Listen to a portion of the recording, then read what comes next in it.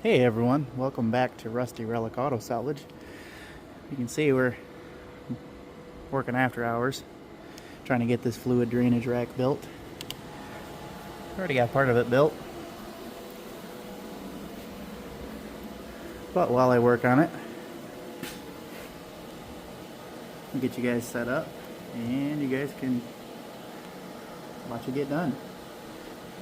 Full disclaimer though, this is not a how-to video, so whatever you see here is just me throwing together some materials to get the job done.